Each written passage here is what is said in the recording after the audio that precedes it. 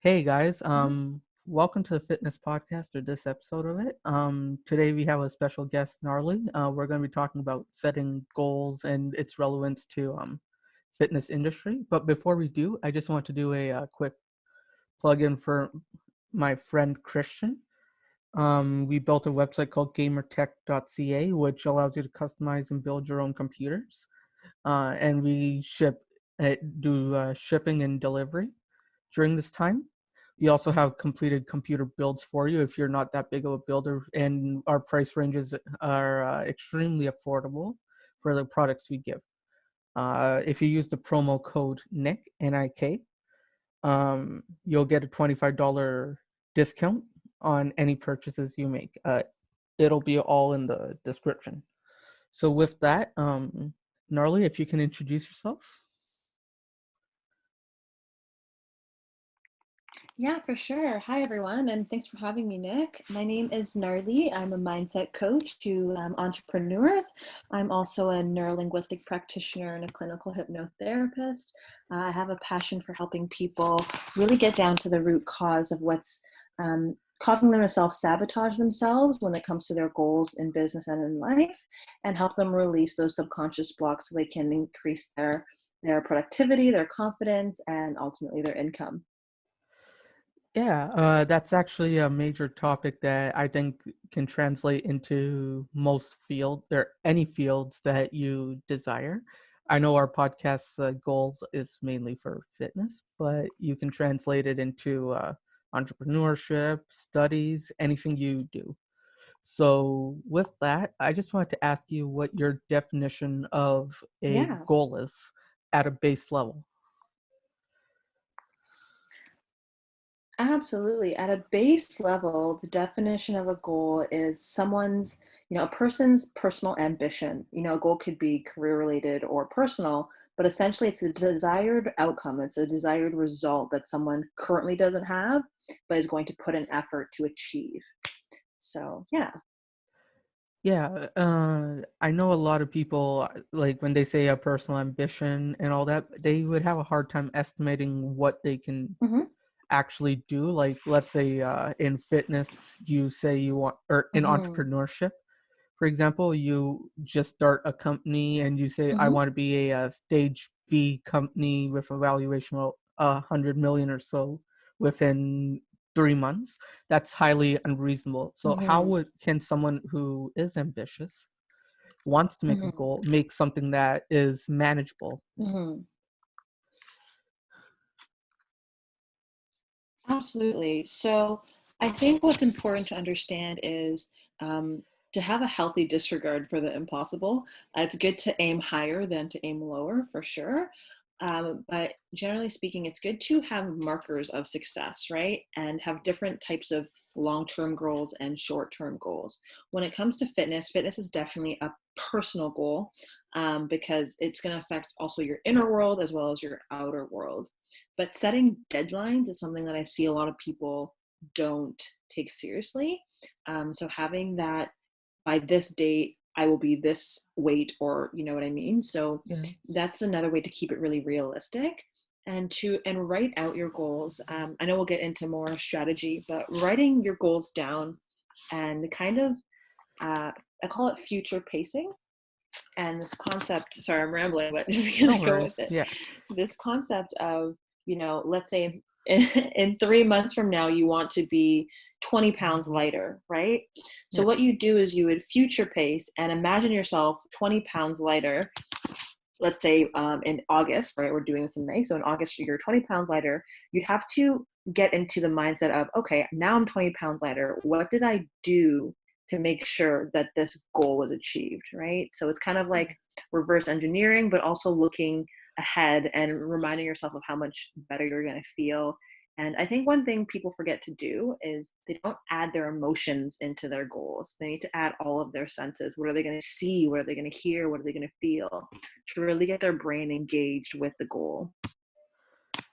Yeah, that's actually a really good point you bring up. But with goals, I believe, Mm-hmm. goals are mostly about bettering oneself or bettering a project or so on. but I think a lot of people have an issue finding out what they Hmm. need to better in themselves. So how do you think one can be critical of Yeah, finding what they need to benefit with a goal, absolutely. but So without being negative towards themselves? absolutely. So, what I have my clients do essentially is to go through the 10 major categories of life, which essentially are anywhere from relationships, finances, career, health, wealth, all of those, and rate it out of 10. Rate each area out of 10. You can also find it on Google. It's called a life circle, if you will. And based on your rating, you'll see which area of your life you're unhappy with, right? And if it's closer to 6 and 5, then you should put more of your energy into it, because life is it's not it's all intuitive, right? It's all together, it's all holistic, right? If one area of your life is suffering, it's likely the other area is also suffering, sorry. um so your question is, how do they not be critical of themselves while they're doing something to achieve it, right? So the best way to do that is to have a growth mindset. Know that it's better to have tried than to not have tried at all, and to find physical living proof of examples who have done it, right? Especially we know 300-pound people that have lost 100 pounds, right? We have to give ourselves a lot of compassion when we're going for our goals and stretching ourselves, but we also have to take accountability. And some people do better working out with the trainer. Some people are better doing it at home by themselves, but you have to set yourself up to win. And that's where people need to really step up and know that, okay, I'm the type of person that needs a personal trainer. A personal trainer will keep me accountable and they'll help me um, not be so negative, right? Because you have that person cheering you on. So setting yourself up to win, and also having that growth mindset, right? Like nothing is set in stone. You can change your your appearance, your mindset, your finances. Everything is open to change, but you have to first accept that you're the person that got yourself there, and you're also going to be the person that gets yourself to your goal. Yeah. I wanted to ask you with then, like you said that people are when without being too critical of themselves trying to aim, but in the process sometimes when we aren't able to achieve such things as quick as we want, or there's deviance in our plan and so on, like in entrepreneurship you finished up the niche Mhm. in your area and you have to expand your market or so on, and you don't know how to, or in fitness you hit a plateau in how much weight you lose. How would someone continuously maintain their motivation Mhm. until they achieve that goal? Mhm. Yeah, so motivations can sometimes be an external validation that they're looking for. Like, I need something to happen for me to be motivated. So, for the people listening, I want you to forget about being motivated and adopt the mindset of being committed, right? Because if you're committed, you show up regardless of how you feel, right? Some people, especially in the weight loss industry, they don't feel like it. And if you let your feelings get in the way of your commitments, then you're not going to get the results, right? So when you adopt the committed instead of motivated, and understand that, hey, in 6 months from now, if I'm still struggling to lose that 5 pounds, how am I going to feel about myself, right? Yeah, Um, so yeah, I think it's really important to understand that being committed is more important, and also be inspired by how far you have come, right? Be inspired by the fact that you already have decided that this is something I want to do. And speaking of deciding, I think that's a major thing that people have to understand, right? You have yeah, to decide. And I always tell my clients that the word decide, the root word side, means to cut off in Latin, right? So you have to cut off all other options. Essentially, you need to burn the boat, right? You're not going back to the who you were. You burn the boat, only going forward, and you commit to that journey. yeah. I really like the point you said something about like with the external forces. Like that got me Mhm, with the question with mentors, like physical trainers or business mentors or so on. mhm, How would um one be able to select someone Mhm. to be their mentor? I know it's a tough process and all that. Where would you start? How would you look for one? It's quite simple, right? Say understand that whoever is going to be your mentor, if you are intrigued by them, you like the way they do life and in general, um, before you pay them, definitely get on a phone call and talk to them and make sure they're very clear on what they do and like where their services starts and where their services ends, right? Because they're not going to carry you the whole way, right? Like you think of coaches in basketball, they're not on the court, they're just on the sidelines. So being really clear with what your expectations are, how much access you have to them is really important as well. But getting on that initial consultation phone call is your right. And you should definitely do it before you sign up for anything. And if that person can't take 20 minutes to talk to you, then do you want them to be your mentor? Yeah. Um, what I look for in a mentor is someone who is definitely results driven, right? Because that's what you want a mentor to help you do. Instead of it taking 6 months, you want to do it in 2 to 3 months, right? And that's where Yeah. the mentor can really accelerate your growth or your weight loss or whatever. Um, with my line of work, I'm very much helping my clients shift their identity because I think what happens with the whole world of personal development, whether it's fitness or whatever, a lot of people do it backwards. They think they want to change their behavior.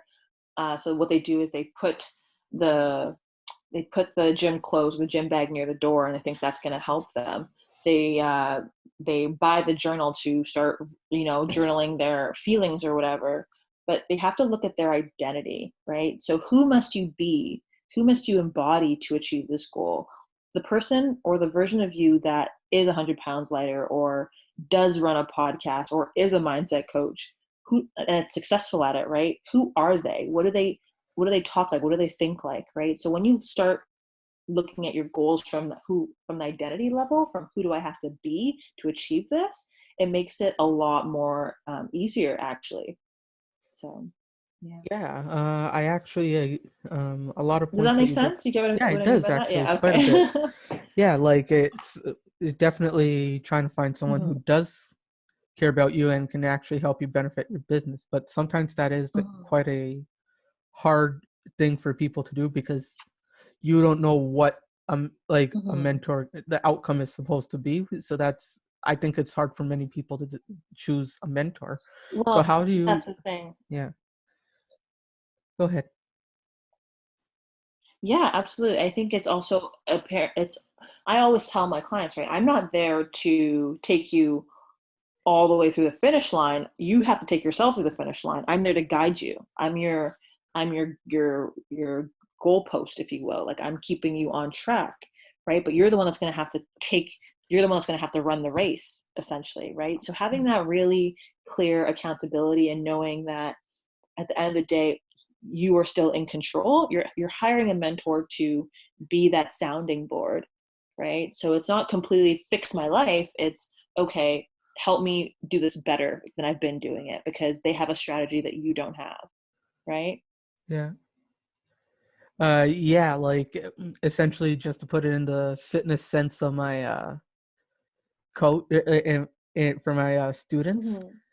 If you're Rocky Balboa, mentor's supposed to be Mm-hmm. Mickey Goldmill. Essentially, they're not going to be in the ring boxing with you, but they're going to help Exactly. you teach Yeah. and show you what you have to do to improve. Kind Mhm. of have to put my regular movie touch in there once in a Yeah. while.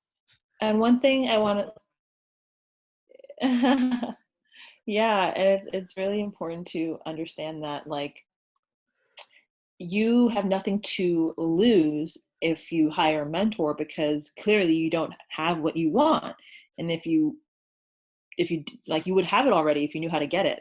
So lowering your ego and your pride and saying, hey, I could use some help in this area, right? Yeah, There's financial advisors, there's all sorts of social help and professionals out there, but you have to lower your pride a little bit and say, you know what, I could do this easier with some help. That's all it is, right? We're all here on this planet to help each other. So yeah. yeah. With that, I have another question that's slightly related to this. Basically, when you like you said, it takes a lot of swallowing your pride to decide that you need help to move forward, and it does take a huge leap to do that.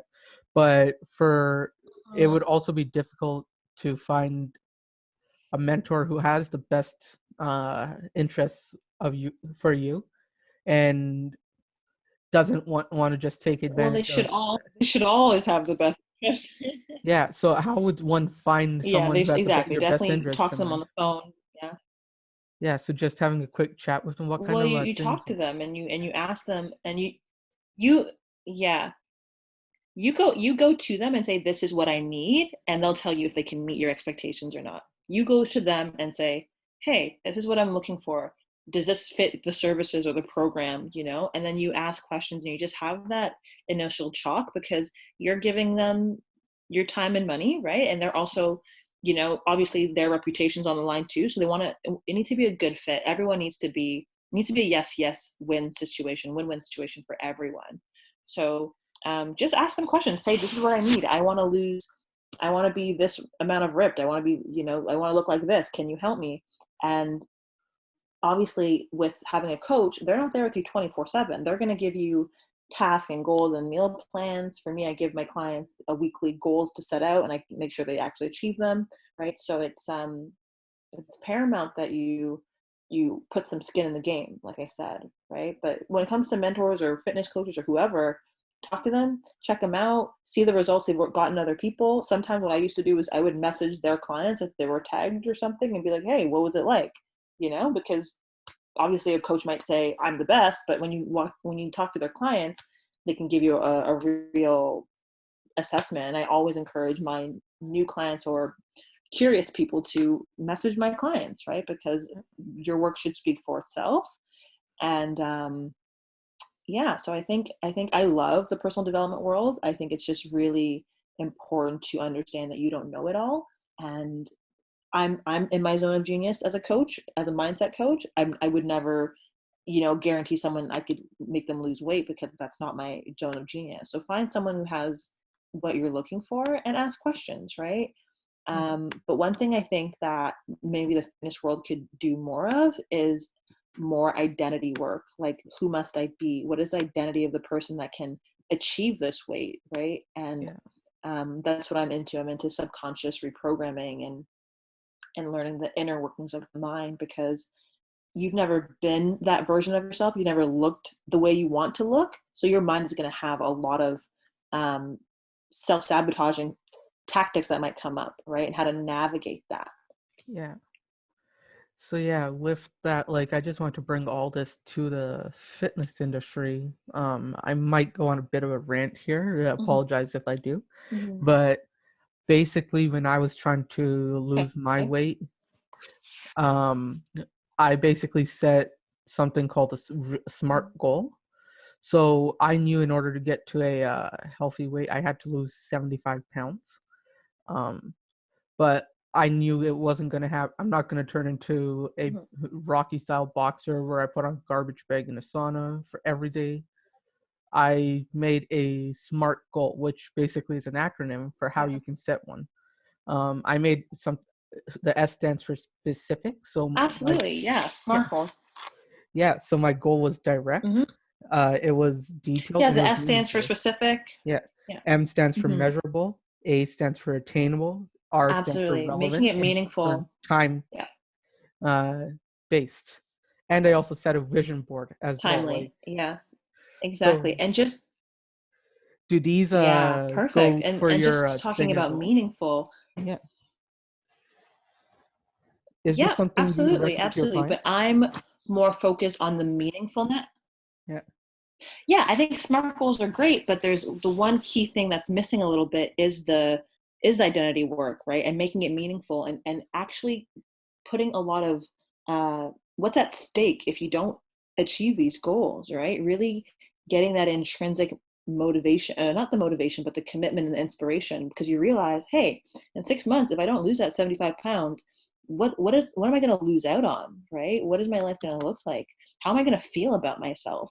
So really adding in the emotion to your goals, especially when it comes to the way you look, can really drive it in. So I love the vision plan idea. SMART goals are great, don't get me wrong, But yeah, there is some missing parts to it, which I feel like would be the inner work, the deeper emotional, subconscious work, um, and being super accountable. Like, what are the fears you have around that goal, right? Because when it comes to fitness, a lot of people are comfortable looking the way they do for certain subconscious reasons, right? Maybe that makes them feel safe, or it makes them, it's like they've always been that way, right? So they're attached to it.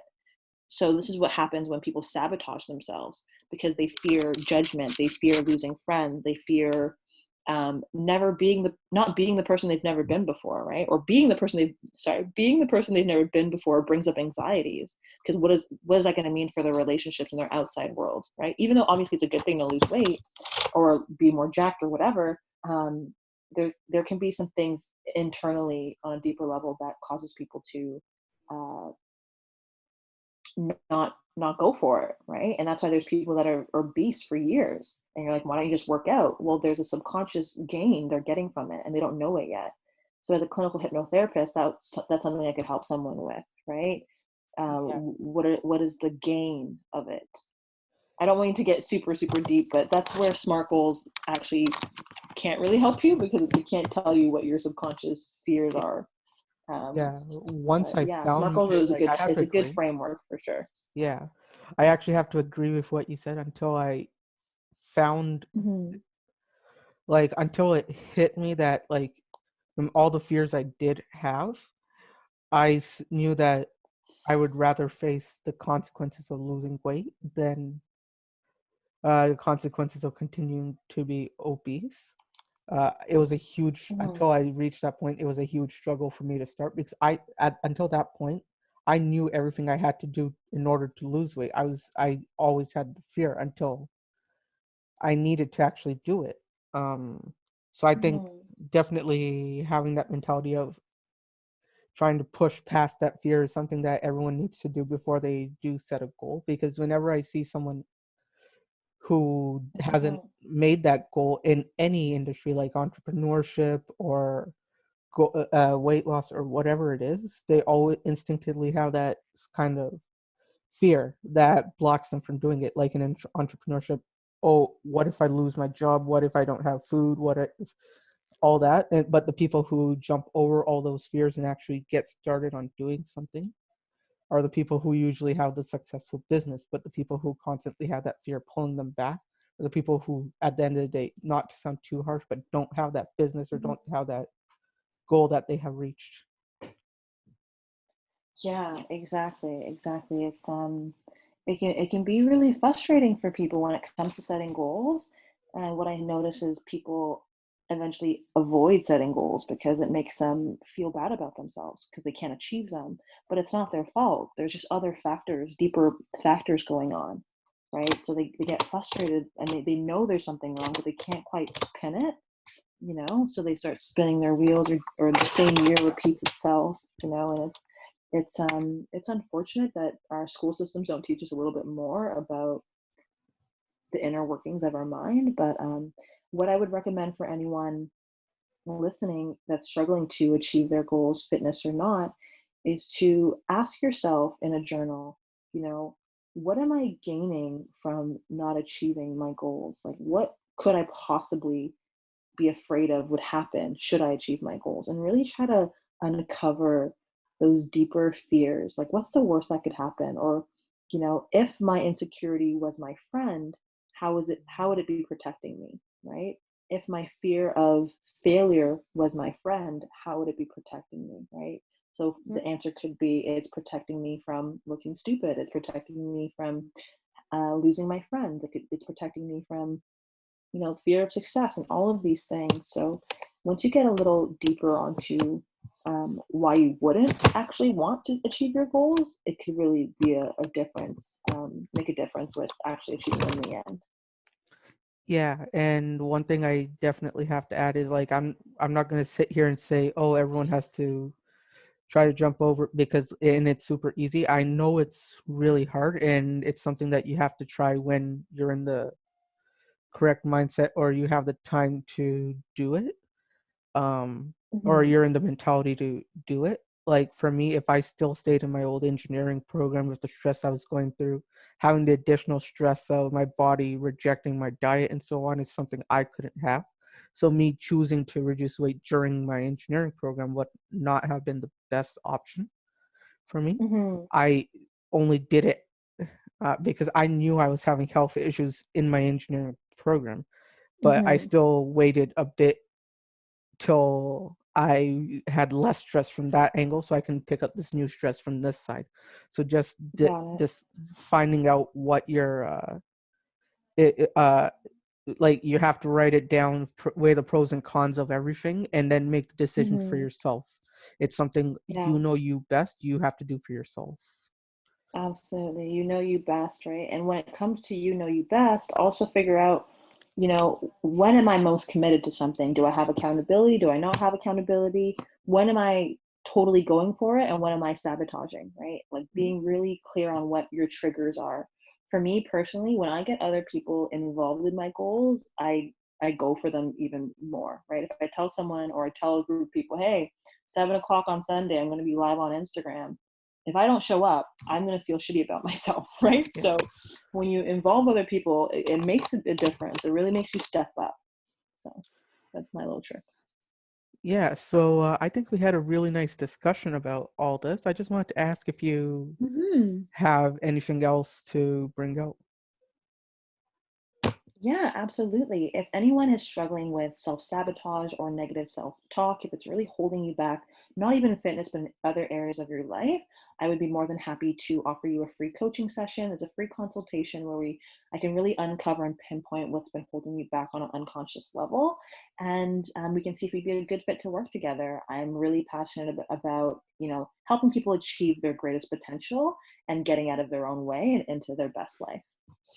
Yeah, so with that, all of Gnarly's information with the her Insta, any links she wants to provide will all be Mhm. in the description that you can go out and reach with. Awesome. Yep. Um, I hope everyone had learned quite a bit from Gnarly today. I definitely did. I hope this was a beneficial conversation. And with that, please do check all the stuff that we're putting out. I'll be putting the links to the SMART goals and vision boards in the description as well, and Mhm. also Christian's website. All right, guys, take care. See Awesome. you next episode.